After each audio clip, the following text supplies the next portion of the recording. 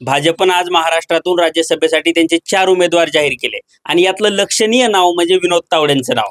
आता विनोद तावडे यांना 2019 साली विधानसभेची उमेदवारी मिळाली नव्हती किंवा फडणवीसांनी ती दिली नव्हती. म्हणजे फडणवीसांनी 2019 मध्ये जे लोक त्यांना कॉम्पिटिशन ठरू शकतात अशा लोकांची तिकीट ही कापली होती किंवा त्यांना निवडणुकीत पाडलं होतं.